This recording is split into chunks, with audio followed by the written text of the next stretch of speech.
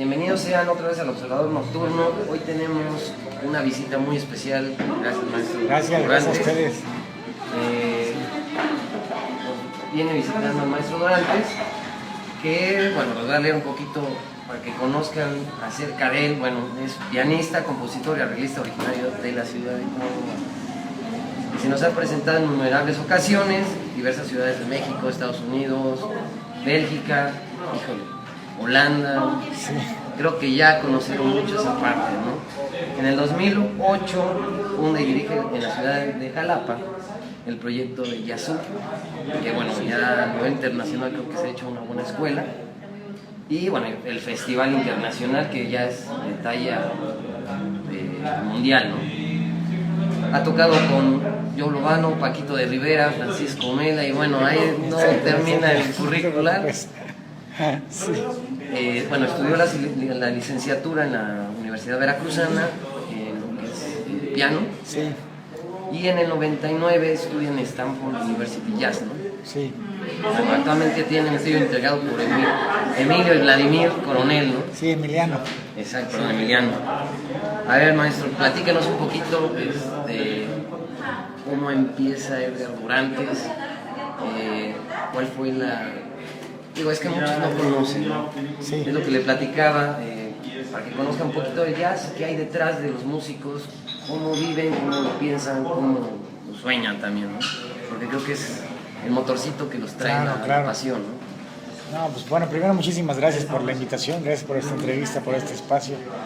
Pues mira, yo empecé en mi ciudad, en Córdoba, donde en aquella época no había ninguna escuela de música, pero pues empecé a los 5 años. Me gustó el acordeón por un payasito que salía en la tele, que se llamaba Cepillín, que tocaba muchos instrumentos y dentro de ellos el acordeón, y me llamó la atención. Y mis papás me apoyaron y me compraron un acordeón, y ahí empecé con el acordeón. Al poquito tiempo mis hermanos también empezaron a tocar acordeón, mis hermanos mayores. Luego mi mamá compró un piano en la casa y ahí nos fuimos. Luego lo dejé un ratito, de los 10 a los 14 ya no estudié música, y a los 14 regresé para acompañar a mi hermana mayor a clases de piano, y ahí me atrapó el piano ya. Es que el piano es precioso. Sí, es precioso. Entonces de niño pues yo escuchaba música y sacaba cosas de oído y aprendí a leer música y todo. Y después me vine a Jalapa a los 16 años a estudiar 9 escuelas de jazz. Tampoco yo conocía el jazz todavía. Entonces llegué aquí y empecé a estudiar música clásica en la Facultad de Música de la Universidad Veracruzana, hice toda la carrera y también empecé con el jazz. Mi maestro de piano que tenía en ese entonces afortunadamente también le gustaba y tocaba un poco de jazz, así que él me enseñó todo lo de la armonía y todo eso. Entonces por ahí me fui, pero ya después yo empecé a hacer mis propios grupos, yo solito, hasta que después de muchos años logré terminar esa carrera y me fui a vivir a Estados Unidos para estudiar jazz, y estudié una maestría de jazz allá. Y luego después toqué con muchas personas, tocaba yo 2 o 3 veces a la semana, hasta que después gané un trabajo en el estado de Georgia, cerca de Florida, como maestro de jazz de universidad, de nivel universidad. Y luego se me acabó el permiso de migración, me regreso a México. En México gané un trabajo en la Universidad Veracruzana, en la Facultad de Música, y empecé a meter cosas de jazz hasta que en el 2008 abrí lo de Yazoo. Y bueno, ya. Ese proyecto, porque digo, yo lo veo desde primero el jazz, estar con jazzistas, jazz de nivel cierto internacional en Estados Unidos, porque empieza a conocer a ese mundo que es llegar a ese punto y abrir espacio en México. Yo creo que una de las cosas que es difícil, ¿no? Porque sí, muy, muy difícil. Y cada vez es más difícil. Pero mira, a mí me tocó una época en la que no había escuelas de jazz aquí en México. Entonces tampoco había escuelas de jazz, pues obviamente en Jalapa. En Jalapa tocábamos jazz muy poquitas gentes, quizá éramos entre 5 y 10 personas que tocábamos jazz. Y la mayoría de ellos no eran de mi generación, eran la generación que nació antes que yo. Entonces yo era como el nuevo, de los nuevos. Pero no había nada, entonces yo me quise ir a vivir a Estados Unidos para saber cómo vivían músicos de jazz, que eran músicos de jazz en la cuestión social, cultural, o sea, realmente, porque yo escuchaba esa música, esos discos, y me sonaba algo que a mí no me, que cuando yo tocaba el piano no me sonaba, entonces dije, algo está pasando aquí. Entonces Cuando yo tuve esa oportunidad, me di cuenta que allá en Estados Unidos hay cientos de miles de músicos de jazz, porque pues así es ya, así es ya, ¿no? Así es ya.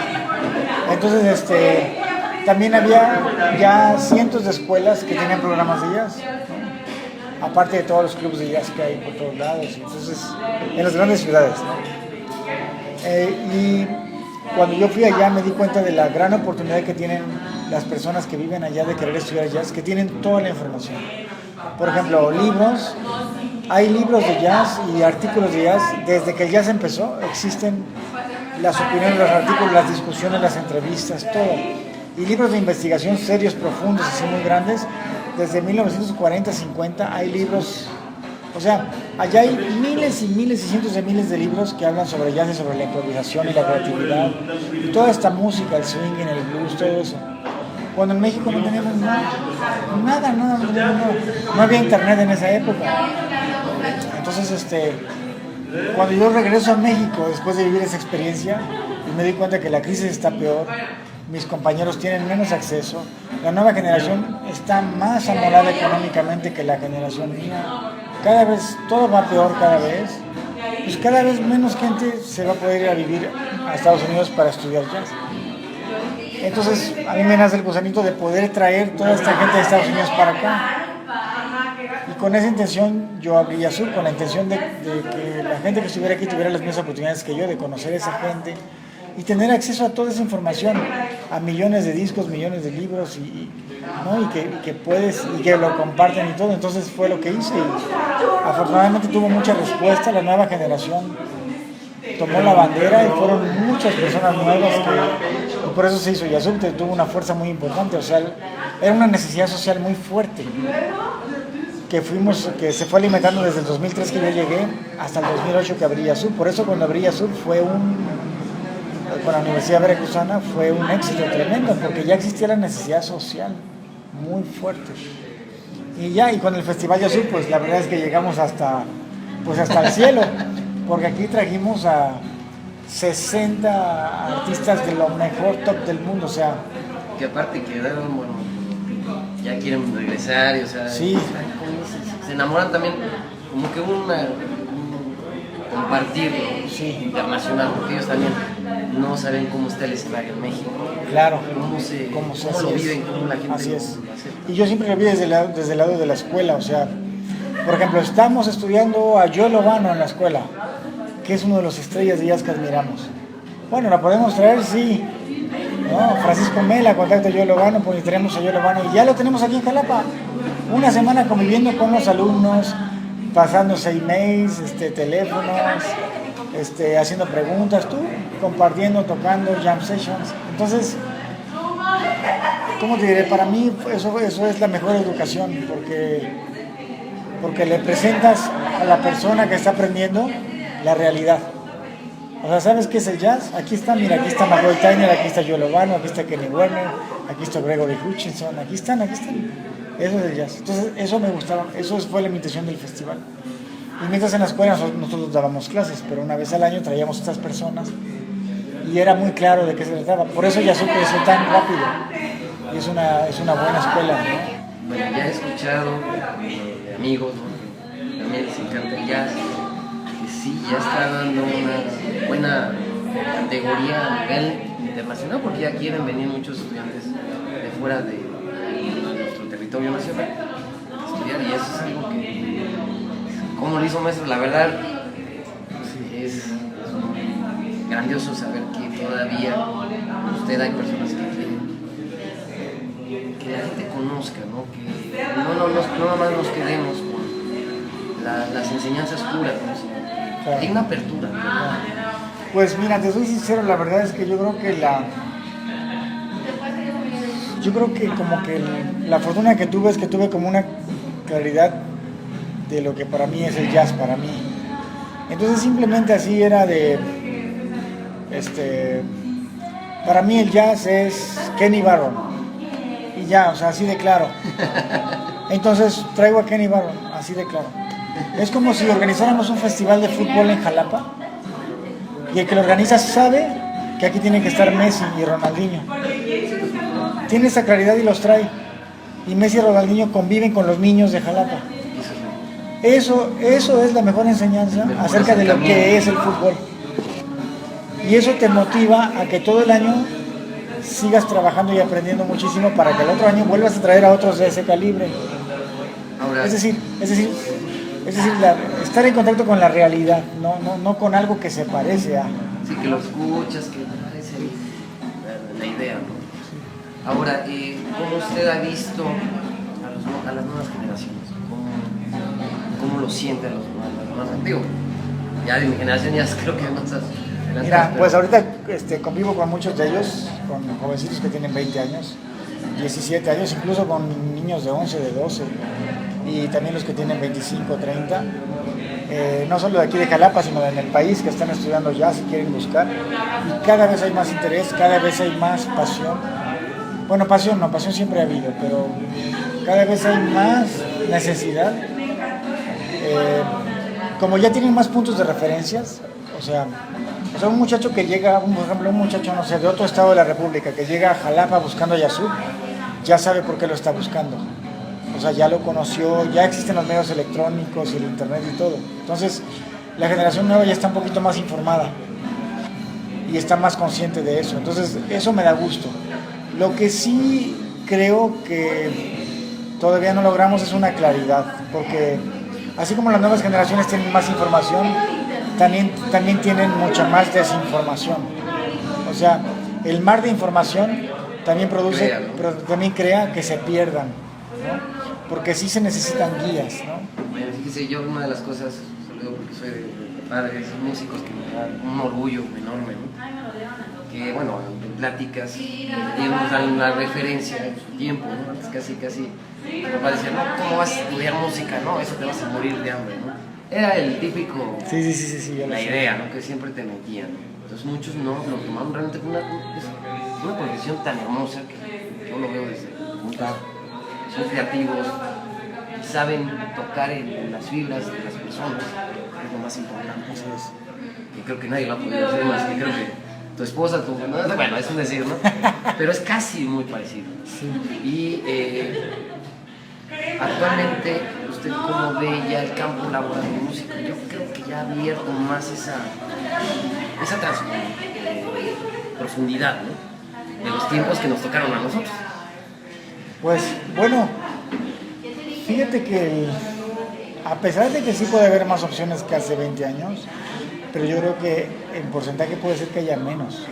Porque, por ejemplo, en Jalapa, cuando yo era jovencito éramos 10 músicos tocando jazz, quizás 2 de mi generación y los demás eran de los que yo aprendía. Los músicos de jazz en Jalapa que tienen ahorita 60 años de edad, yo tengo 45, ¿no? Y había lugares donde tocar. Ahorita hay un poquito más de lugares, pero 2 más, 3 más. Pero hay 200 jóvenes que tocan jazz en Jalapa o que están aprendiendo jazz en Jalapa. O sea, no sé si el campo laboral ha mejorado, o sea, lo dudaría, la verdad. Me refiero en el lado, sí había un poquito más de apertura en la cuestión del músico, ¿no? Ya no eres el como decían. Claro. Sí, el músico ya tiene más apertura porque ya tiene más acceso a la información, más comunicación, ¿no? Entonces, por decirte, nada más en el jazz ya puedes encontrar personas con diferentes perspectivas y gustos acerca de lo que quieren del jazz para su vida como músicos.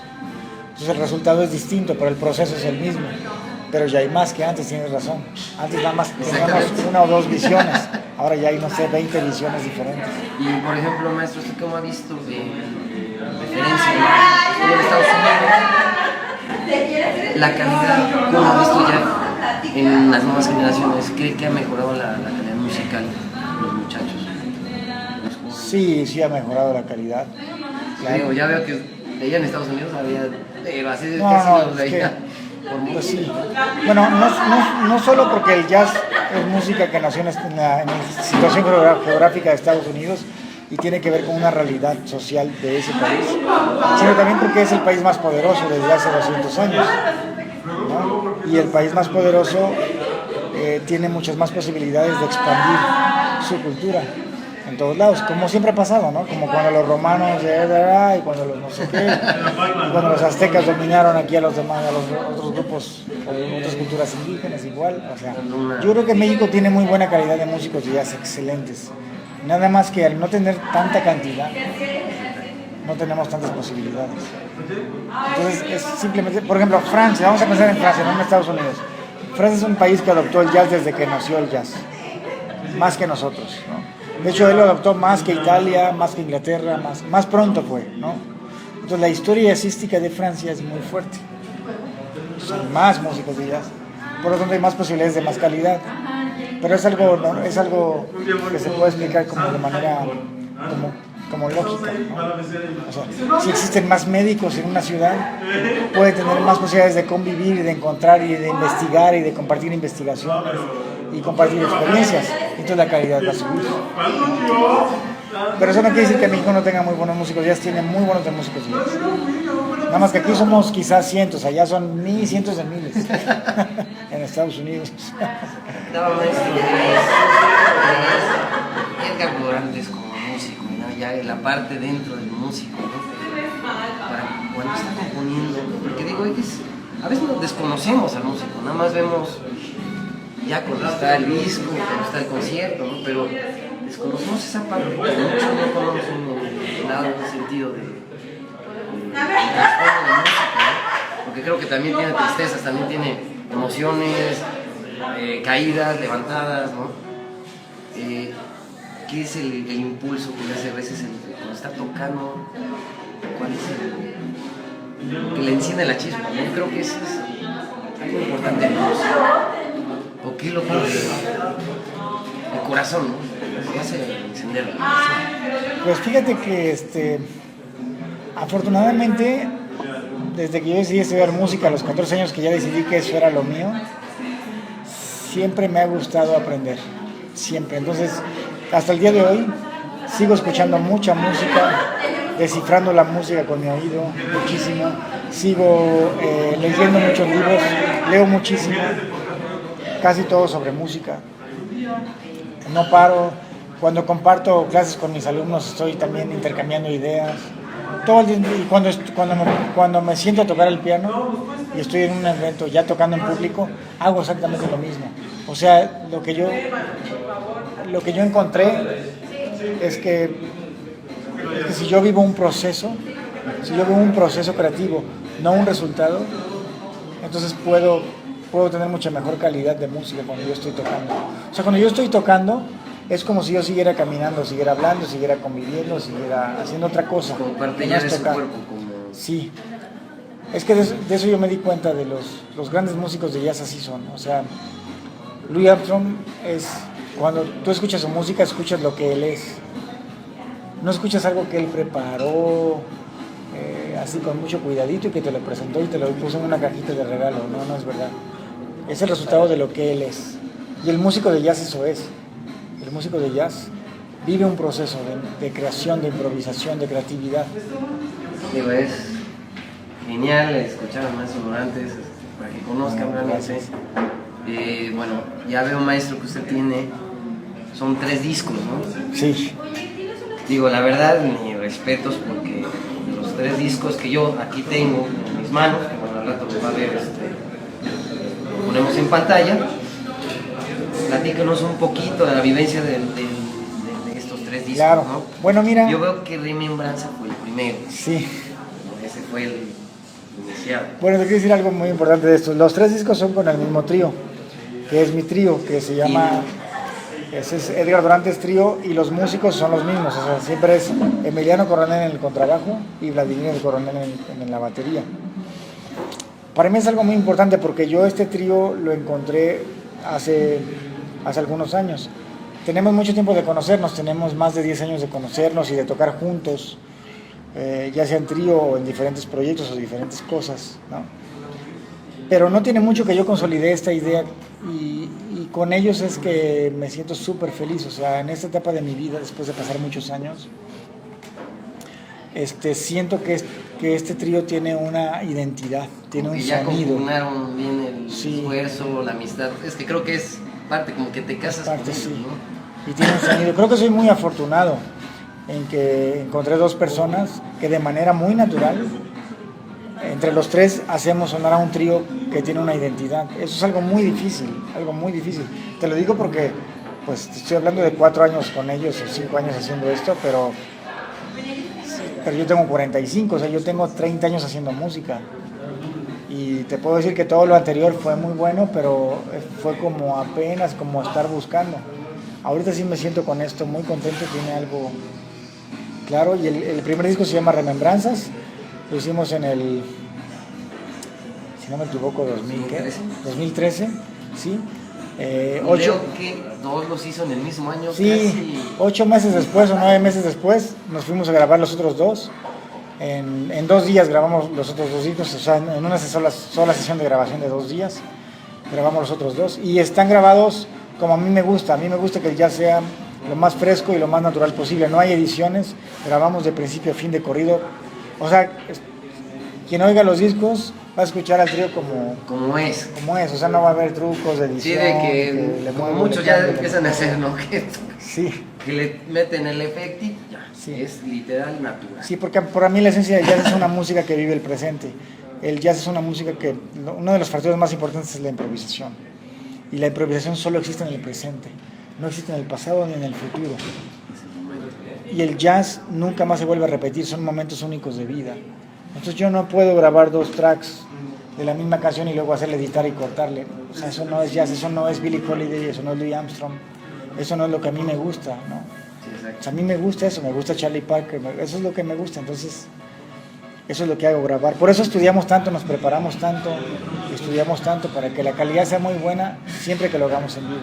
Siempre ha sido mi duda, maestro, su primer disco que tuvo cuando empezó, su primer disco de jazz, ¿no? El que se enamoró casi. Eso fueron 2 discos, uno de Oscar Peterson Trio, que se llamaba We Get Requests, así como aceptamos propuestas, ¿no? Algo así, increíble. Y otro era un disco de Duke Ellington, de la orquesta de Duke Ellington, con Ella Fitzgerald.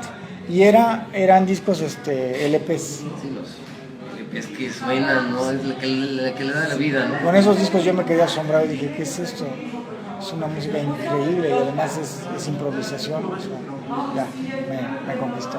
Pues, maestro, la verdad es que ¿qué le puede dar a los jóvenes ahora que están viendo?